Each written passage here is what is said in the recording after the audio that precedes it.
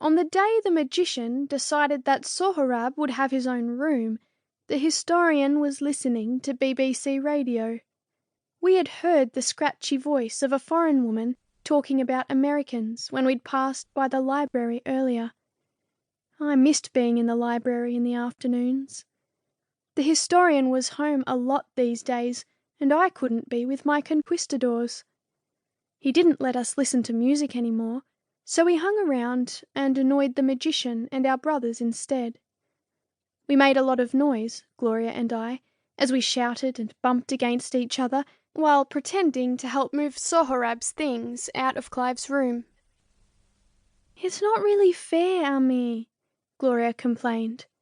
"The boys always get what they want. Why can't I have a room of my own? You know what Hannah's like. She screams and snores. You try sleeping with her and see for yourself." "Bachelog, my sweet children," said the magician, kissing us absently.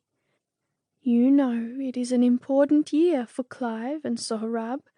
They both need the space to study. When you go to college, you'll get a room of your own. Now, help me carry this chair. Good. Now put it down there." The radio went silent and we looked at each other. The magician held a finger to her lips as the historian erupted into the room. Gloria clamped her hand on my arm and we tried to edge out. The magician put on her patient face and crossed her arms loosely. "Where is he? Where's Sohrab?" The historian looked around the room. "What's happened?"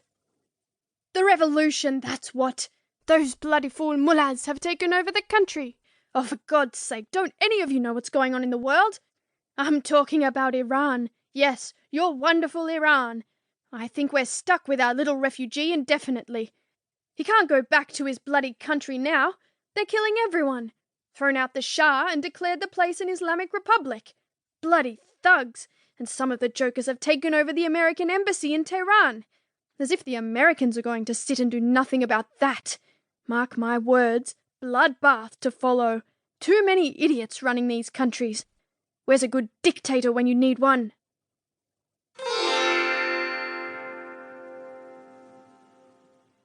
Sohrab stood by the pond, smoking quickly and tossing the stubs into the water.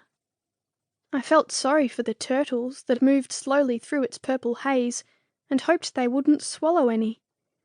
Gloria patted his arm and didn't turn her face away from the smoke he blew at her. "I must go, Hanum," Sohrab said, taking off his glasses and wiping his eyes. "I must go back before they close the borders, before the Shah takes his revenge. The Shah was a bastard, but the mullahs are worse." "Can't you ring them first?" Gloria was the practical sort. "See how they are. They might be all right, and you won't need to worry about them.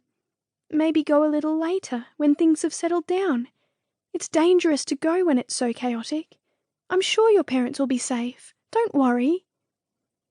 Sohrab slumped his shoulders and gripped the back of his neck with his hand, but said nothing.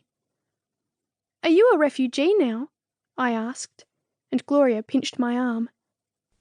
Sohrab continued to puff and cough.